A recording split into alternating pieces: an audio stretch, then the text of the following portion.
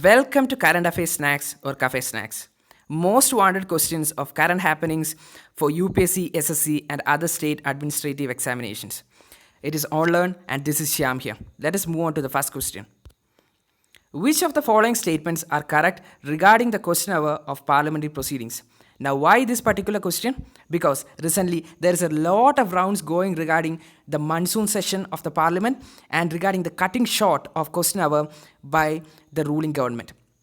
Now, this has led to a widespread agitation of the opposition. And why? Because question hour is an essential proceeding of the parliament. A lot of articles are available in Hindu and Indian Express regarding this. Do read about all those things. And it comes under GS paper 2, polity and constitution. Let us look into the statements. Statement A, 12 noon of every sitting of parliament is generally reserved for the asking and answering of questions. B, question hour ensures accountability over functioning of the government. C, the members of the government are duty bound to answer every question asked in the question hour. D, a 15-day notice is the least period to ask questions to a minister concerned unless the speaker grant permission otherwise.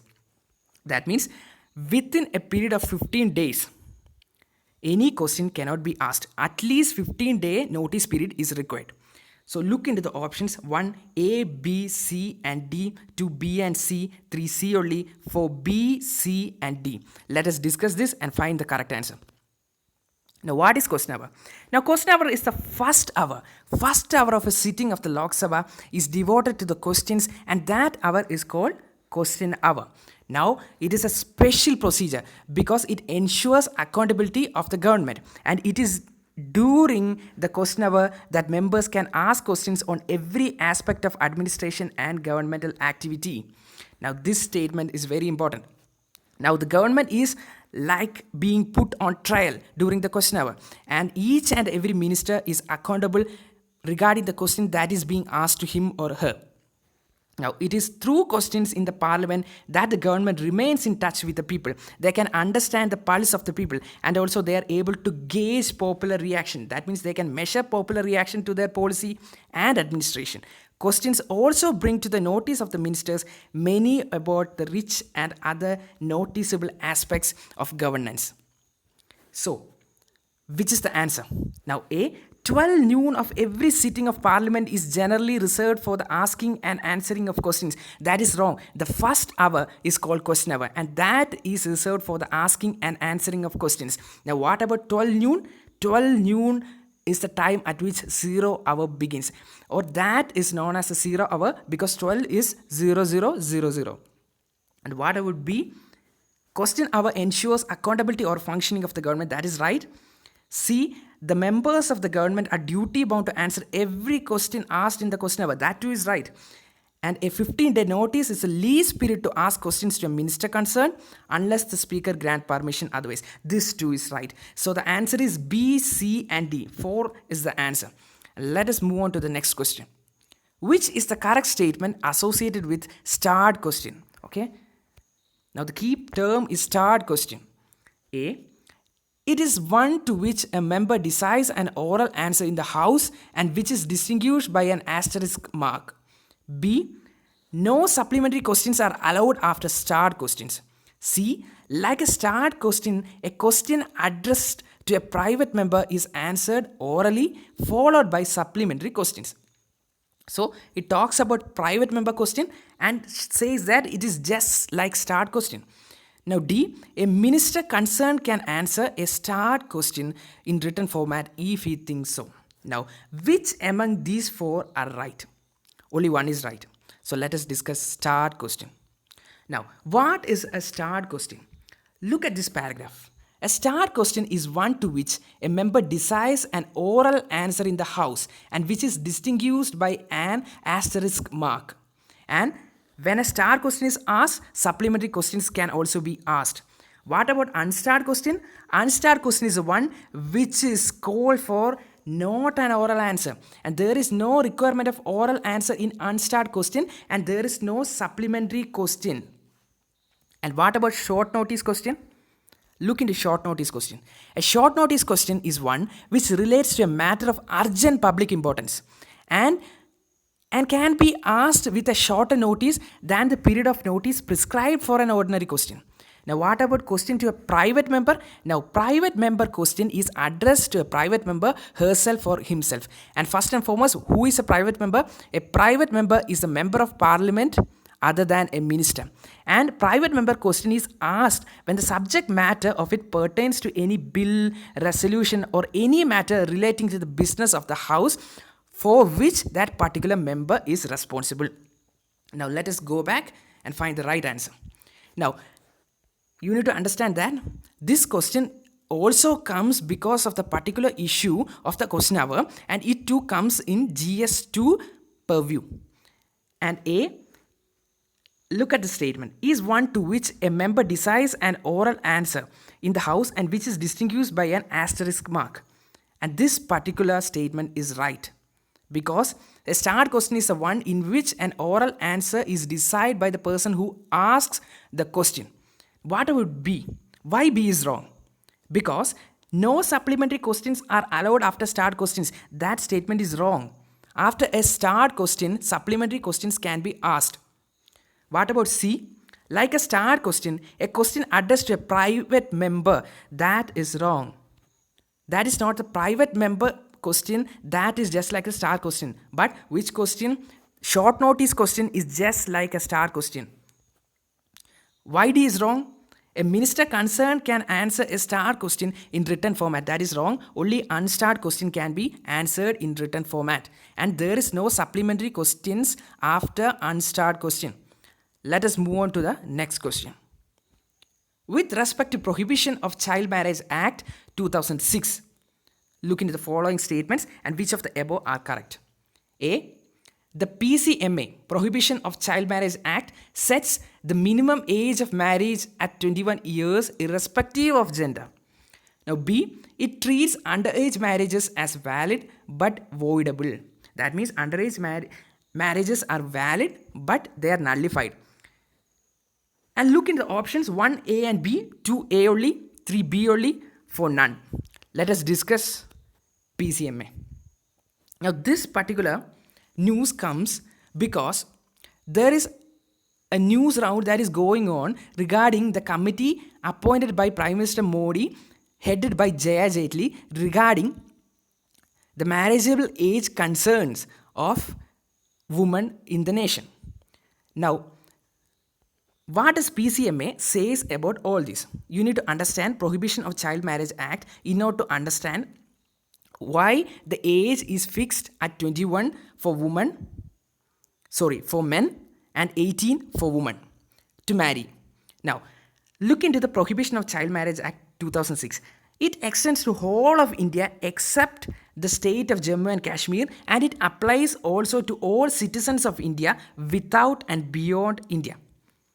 But it is not applicable to the Ranokans of Union Territory of Pondicherry. Why? And who is Ranokans? Ranokans are the person who resided in French Puducherry before it was made a part of independent India. Now, the most important thing concerning PCMA is the definition of child marriage and contracting party. Who is a child? A child means a person who, if a male, has not completed 21 years of age, and if a female has not completed 18 years of age. This is to be remembered. It is not gender irrespectively 18 years. So that particular statement A is wrong. Now, what about child marriage? Child marriage means a marriage to which either of the contracting parties is a child. Now, who is a contracting party? A contracting party means either of the parties whose marriage is or is about to be done forcefully. Now, look into child marriage's voidable situations. Now, every child marriage, whether it is forced or made to be commensable under this act, shall be voidable if the contracting party has such an opinion. Now, only if the contracting party is a minor and that particular minor says that she or he is not ready for the marriage or doesn't want this particular marriage, then it is voidable. So let us go back and look into the correct answer. A. PCMA sets the minimum age of marriage at 21 years irrespective of gender. That is wrong. It is 21 years for male and 18 years for female. B, it treats underage marriages as valid but voidable. That is right. Underage marriages are valid. They becomes voidable only if the contracting party, that means the minor, says that it is not willingly done. Let us move on to the next question. Convention on the Elimination of All Forms of Discrimination Against Women, CEDAW, adopted in 1979 by the UN General Assembly. Okay, CEDAW, you have got an idea about that thing. Now, which of the following statements are incorrect?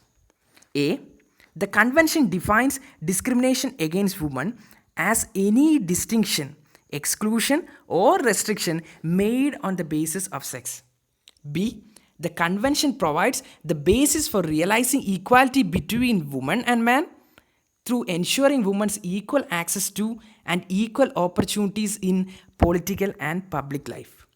Now C, the convention is the only human rights treaty which affirms the reproductive rights of women and targets culture and tradition as influential forces shaping gender roles and family relations. Now, which of the following statements are incorrect? That is what is being asked. So, let us discuss about CEDAW. Now, what is CEDAW? It is being adopted in 1979 by UN General Assembly, and it is a particular convention or it is a bill. And that bill is also known as International Bill of Rights for Women. It defines what constitutes discrimination against women and it sets up agenda for national action. Now, what does the Commission defines as discrimination or as inequality that is being shown to women? The Commission or the Convention, it is Convention basically, and there is a Commission that is being formed with respect to this particular Convention. So the Convention defines discrimination against women as any distinction, exclusion, or restriction made on the basis of sex which has the effect or purpose of impairing or nullifying the recognition, enjoyment, or exercise by the woman. So you need to understand that that particular statement was right. Now, what does the accepting states do regarding the convention? Now, the accepting states, they are committed for incorporating the principle of equality by making a proper legal framework in the nation, and they also need to establish tribunals and other public institutions to ensure the protection for women, and also they need to eliminate all sorts of discrimination against women. These three things need to be taken into care by the states that ratify the convention. The convention. The convention is an important thing because it provides the basis for realizing equality between men and women by ensuring women's equal access to and equal opportunity in political and public life. You also need to understand that the convention is the only human rights treaty which affirms the reproductive rights of women and targets culture and traditional influences as forces shaping the gender roles and family relation. This paragraph is important. And also you need to understand that the countries that have ratified or acceded to the convention are legally bound to put its provisions into practice. They are legally bound. And you need to understand that India has both signed and ratified it. There are about 99 signatories and 189 participants. Let us find the right answer. A. Look into A. The convention defines discrimination against women as any distinction, exclusion, or restriction made on the basis of sex. That is right. So that is not incorrect. Now B. The convention provides the basis for realizing equality between women and men through ensuring women's equal access and equal opportunity in political and public life. That too is right. So that is also not incorrect. Now what about C? The convention is the only human rights treaty which affirms the reproductive rights of women. That too is right. So the answer is for none. None of the above statements are incorrect. Now let us move on to the next question. Which of the following cultural forms are not part of Onam festival? A. Pookalam. B. Uriyadi. C. Puligali. D. Karagatam. Now, the answer is D. Karagatam. Because Karagatam is a form of folk dance that is being held in Tamil Nadu as a respect to the rain goddess Mariamman. Pookalam is like flower rangoli, and Uriyadi is a game of breaking the pot, and Puligali is a rhythmic dance with percussion instruments where the people draw on their body the stripes of lions, leopards, etc. and dance accordingly during Onam. Let us move on to the next question. Which among the following is not a part of National Digital Health Mission? A. Health ID. B. DigiDoctor. C. Health Facility Registry. D. Public Health Records. Now let us look into this issue. Now, the vision of NDHM. Look into the first paragraph. What is the vision of National Digital Health Mission? It is to create national digital health ecosystem or a backbone which provides timely and efficient access to inclusive, affordable and safe healthcare to the citizens, to all citizens. Now, NDHM will significantly improve the efficiency and effectiveness and also transparency of all the medical services in the nation, and it also help to attain the Sustainable Development Goal 3.8 of universal health coverage. That is very important. Now, what is the unique project that is being associated with NDHM? That is the health ID. Every citizen will have an health ID, and that will lead to a repository of all health related information of a person, such as medical tests, previous prescriptions, diagnosis, treatments, all historical health records. That is what the government says. Now, what is the mission?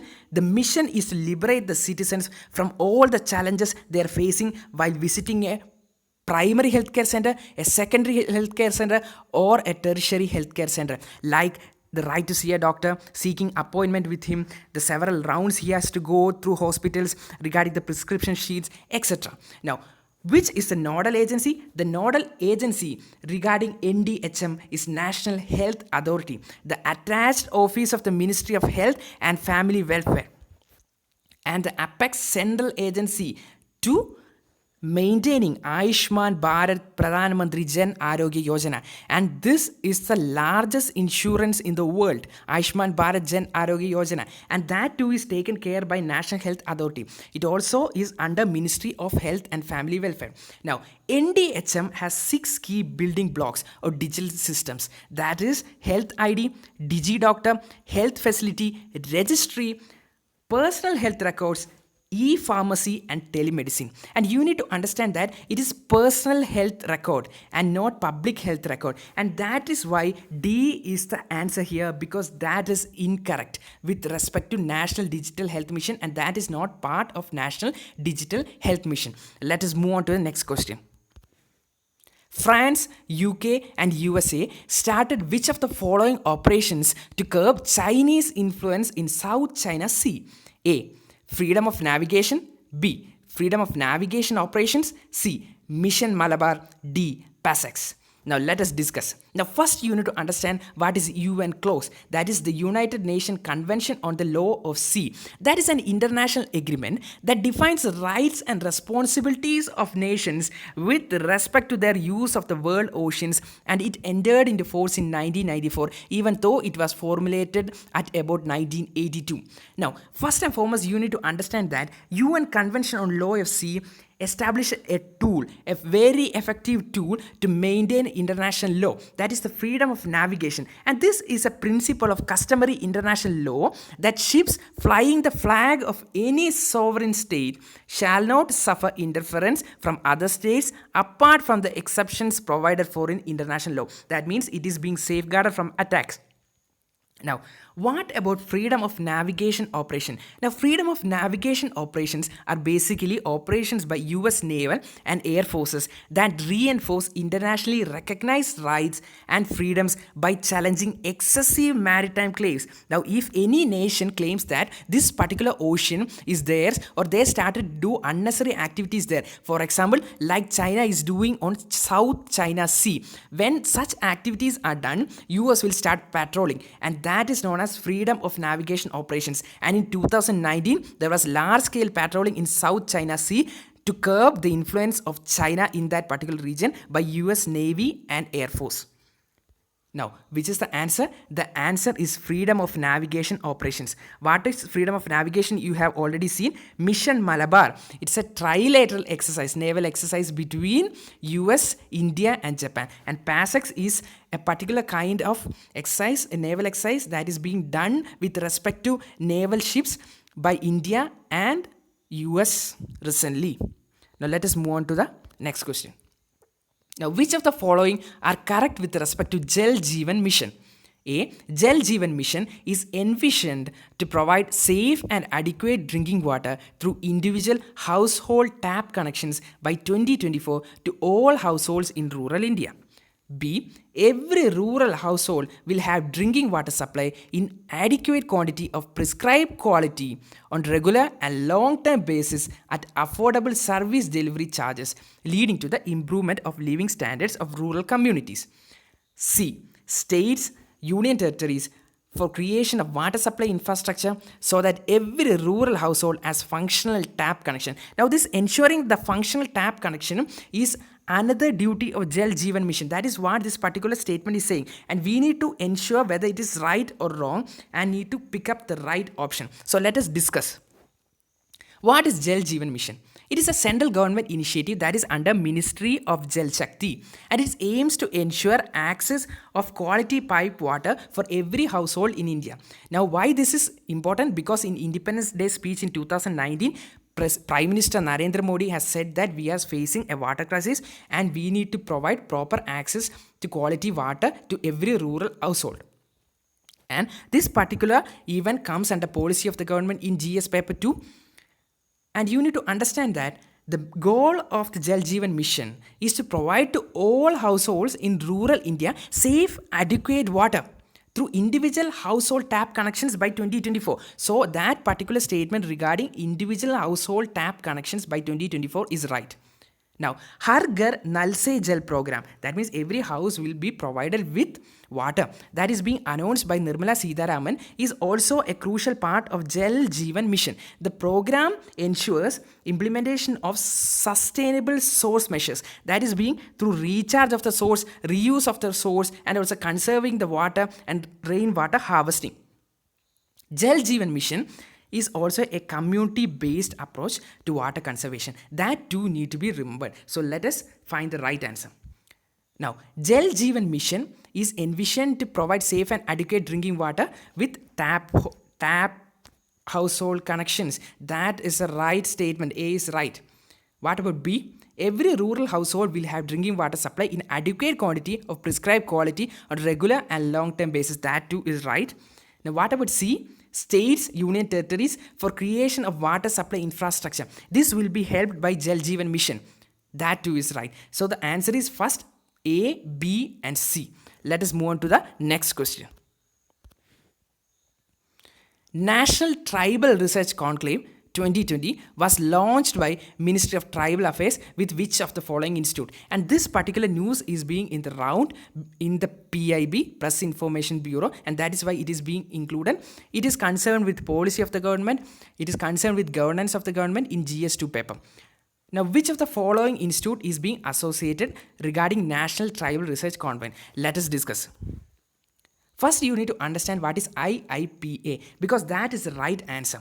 Here, IIPA is the right answer. It is Indian Institute of Public Administration. Indian Institute of Public Administration was established in 1954, and it is a research and training organization under Ministry of Personnel of the Government of India, under which ministry is very important. Now, the institute has been set up for particular purpose of equipping public servants with knowledge, skills and behavior that is required for managing the task of governance. So governance motivation is their primary aim. Now, what are the activities of the institute concerned? That is training, research, advisory activities, there is consultancy services being provided, information dissemination and exchange. It aims to be one of the greatest think tanks and influence on public governance, policies and implementation so that public governance systems are more responsive to human needs and aspirations and aligned with human values. Now, above all, whenever you are studying for UPSC SSC, the objectives of the institute are very necessary because from the objectives you will be able to identify the statements that is given in the questions. Now, what are the objectives or the guiding principle?